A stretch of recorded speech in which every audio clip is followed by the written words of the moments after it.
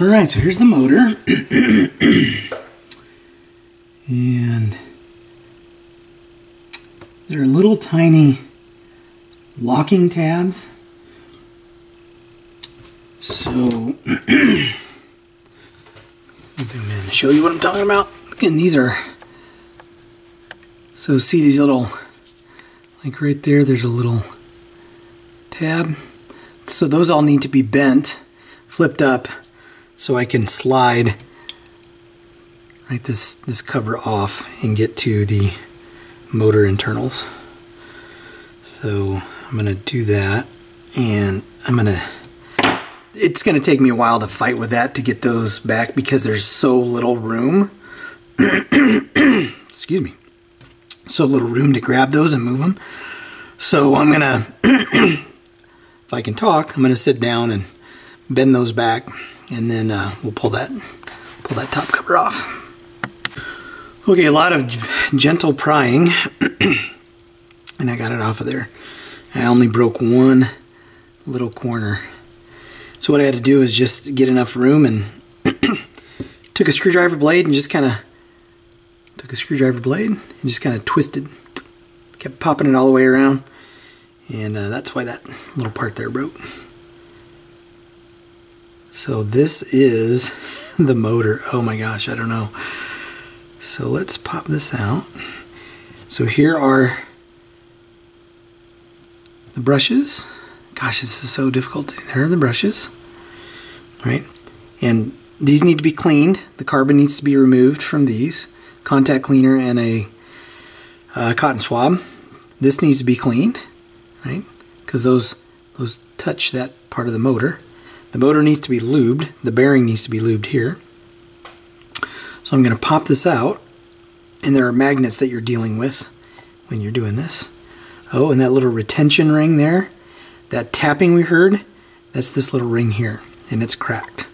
So we're going to have to, that little ring there, going to have to fix that.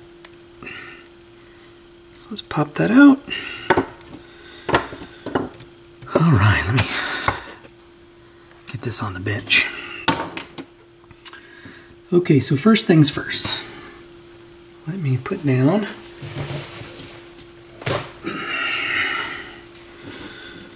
paper towel. So what I want to do first is address that cracked ring. And I think all I'm going to do, and what happened is this nylon shrinks. This white nylon that they use, it shrinks and it cracks. So I'm going to get some UV glue, and I'm just going to tack that down, because you can kind of see where the gap is right there. That's where it just shrank and cracked. So I glue that back down like so, so it stops flapping around in there. And then we'll go on to cleaning this. So UV glue isn't that exciting. A couple of drops of glue, hit it with the UV light. So this is what I use. It's kind of cool, that stuff, it smokes, right? So this is called JB Super Weld. Put a couple of drops down there, hit it with the blue light like so, and hit some vapor or some, it looks like smoke, comes off of there, and then you have it bonded.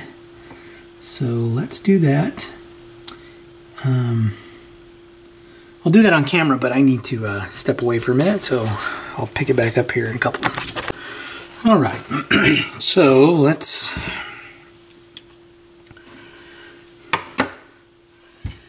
see about tacking this down, a little bit of this glue.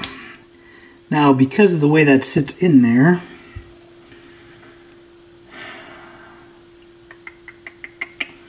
you don't want to get any on the outside of that plastic, because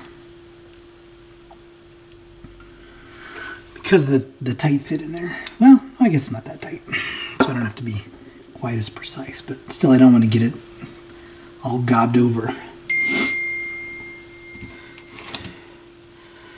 Sorry, it's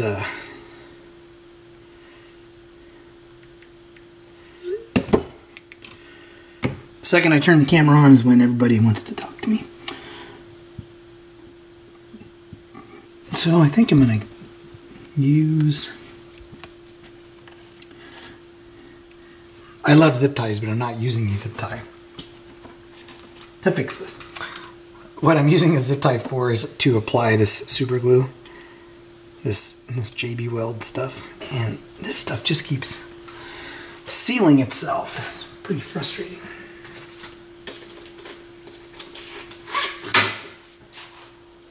So I have to keep taking a pick and opening it up.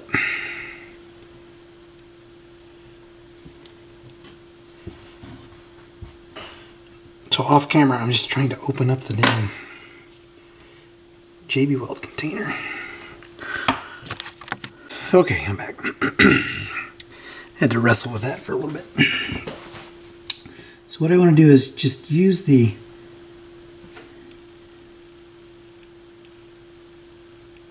end of this zip tie to apply the glue there, like so. And then what I need to do is just take a little piece of wire here, and I need to kind of push that together without getting my finger in there. And then I'm going to zap it with the UV, and it's now stuck down.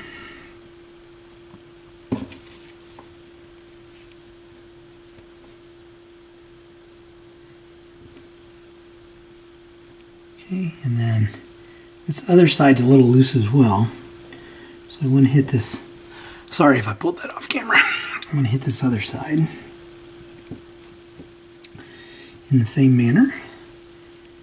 And a little bit of super glue on the end of the zip tie. And kind of hit that up here. Whoops.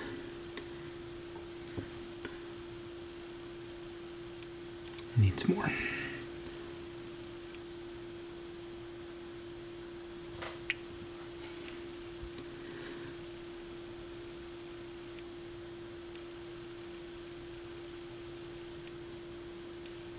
Okay, so that's kind of made its way underneath the plastic.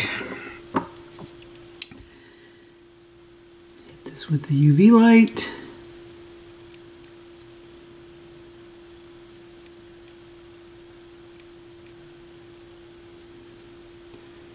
Hit that with the UV light.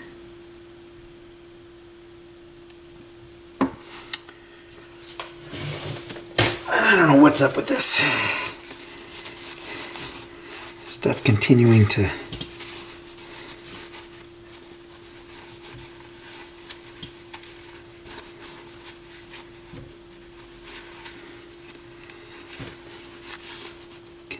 fill this and harden in here.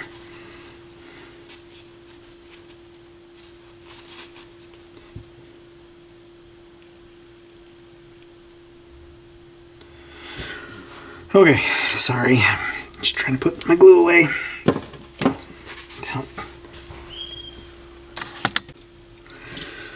Okay, step 1 is complete. Step 2 is to clean the brushes and the carbon off of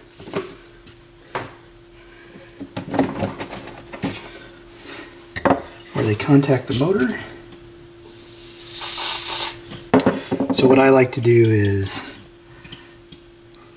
take a cotton swab, force it down between those, and just spin it back and forth a bunch of times. It's also cleaning that bearing a little bit, I guess. And you'll see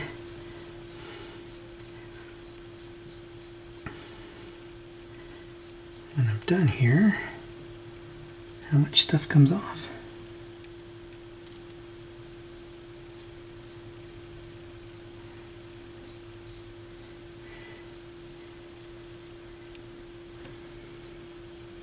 And I'll do this a few times. With a few different cotton swabs. I'll also do, I'm going to re-wet this.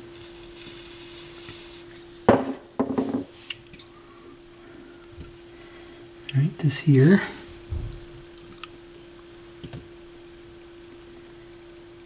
And pull off as much of this as I can. So you can see that's pretty dirty.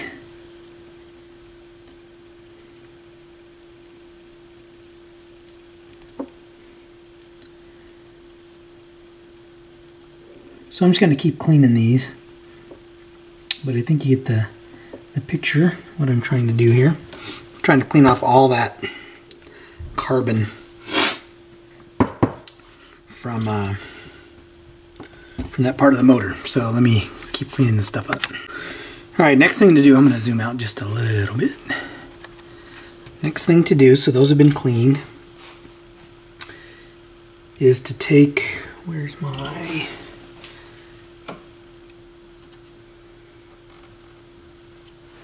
I'm looking for my 3-in-1 oil. I have a little dropper that I use. I used it yesterday and moved it, and now I don't see it.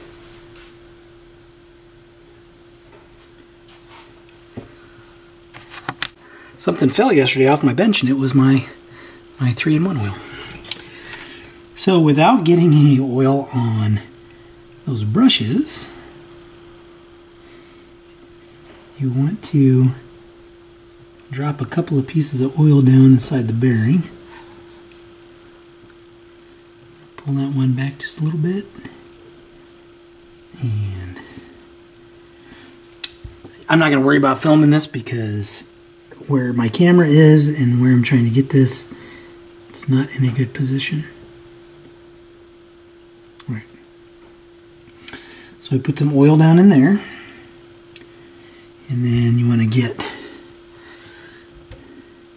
and I actually want to clean that first.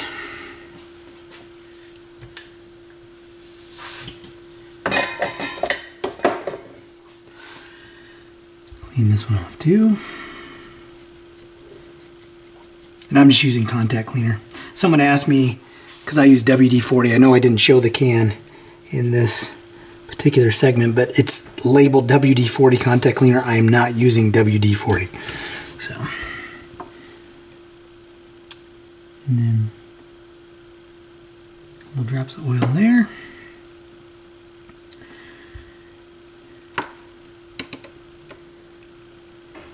And then what I like to do is kind of slide this in from the side. Oh, there's a little washer. Make sure that washer comes back on here.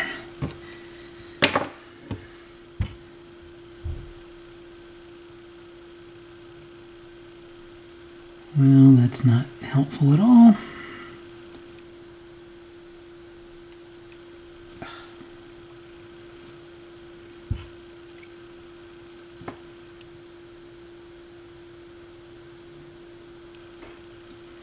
Okay. Now I will try that again. What I'm trying to do is move the brushes out of the way. In the process of doing that, not damage anything.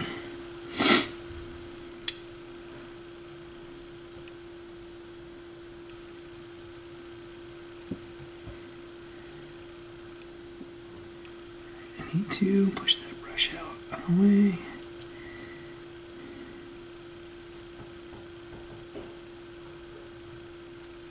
And I'm trying to get them over the washer and the little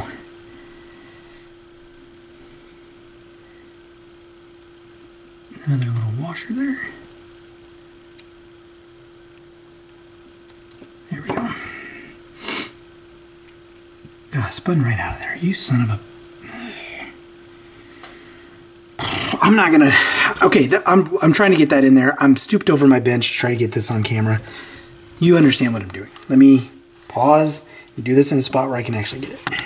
Sorry, I don't mean to sound too frustrated, but I just can't always record every single thing because of the way my bench is set up.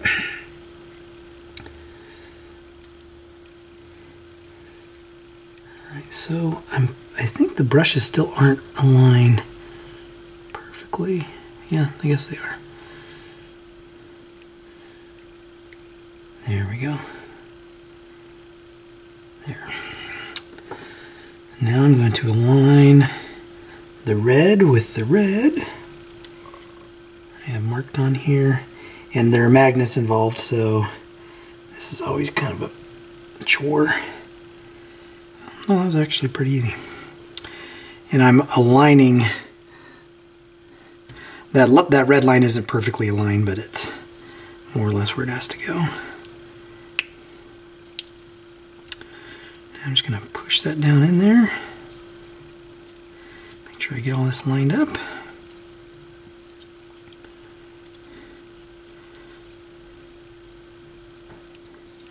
That's kind of crooked, so